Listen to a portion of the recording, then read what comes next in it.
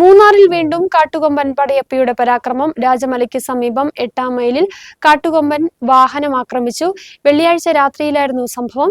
വാഹനത്തിലുണ്ടായിരുന്നവർ ബഹളം വെച്ചതോടെ പടയപ്പ വാഹനത്തിന്റെ മുമ്പിൽ നിന്നും പിൻവാങ്ങി.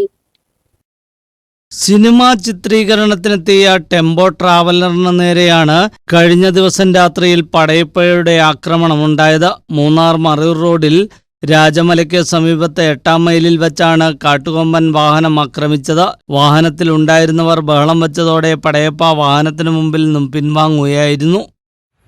ഞാൻ ആന കണ്ടപ്പോൾ അവിടെ നിർത്തി വണ്ടി. അപ്പോൾ ബാക്കിലൊരു കാറുണ്ടായിരുന്നു. റിവേഴ്സ് എടുക്കാൻ പറഞ്ഞപ്പോൾ പോയില്ല. അപ്പോൾ അത് ഇങ്ങനെ നടന്ന് വന്നു പതുക്കെ വണ്ടിയുടെ മുമ്പിലേക്ക്. അപ്പോൾ കൊമ്പ് എടുത്തിട്ട് നേരെ ടോപ്പിൻ്റെ അതിൽ മുട്ടിയപ്പോൾ നേരെ എൻ്റെ തലയിൽ കൊണ്ടു. അത് ജാമാക്കായിരുന്നു. അപ്പോൾ ഞാൻ പുറത്തേക്ക് ചാടി ബാക്കിലേക്ക് പോയി. കാറ് അവിടെ തന്നെ നിർത്തിയിട്ടുണ്ടായിരുന്നു. അപ്പോൾ ഞാൻ ആ കാർ എടുത്തിട്ട് റിവേഴ്സ് എടുത്തിട്ട് പോയത് ബാക്കിലേക്ക്. ഫാമിലി ഭാര്യയും ഭർത്താവായിരുന്നു. അവർ ഓടിക്കാൻ പറ്റില്ല അവർക്ക്.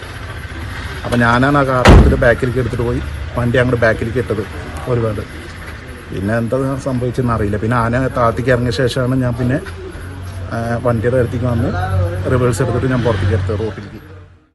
ആക്രമണത്തിൽ വാഹനത്തിന് വലിയ തോതിൽ കേടുപാടുകൾ സംഭവിച്ചു. പിന്നീട് വനം വകുപ്പ് ഉദ്യോഗസ്ഥരെത്തി പടയപ്പയെ തുരത്തുകയായിരുന്നു. പടയപ്പ മദപ്പാടിലാണെന്ന് ഏതാനും ദിവസങ്ങൾക്ക് മുമ്പ് വനം വകുപ്പ് സ്ഥിരീകരിച്ചിരുന്നു.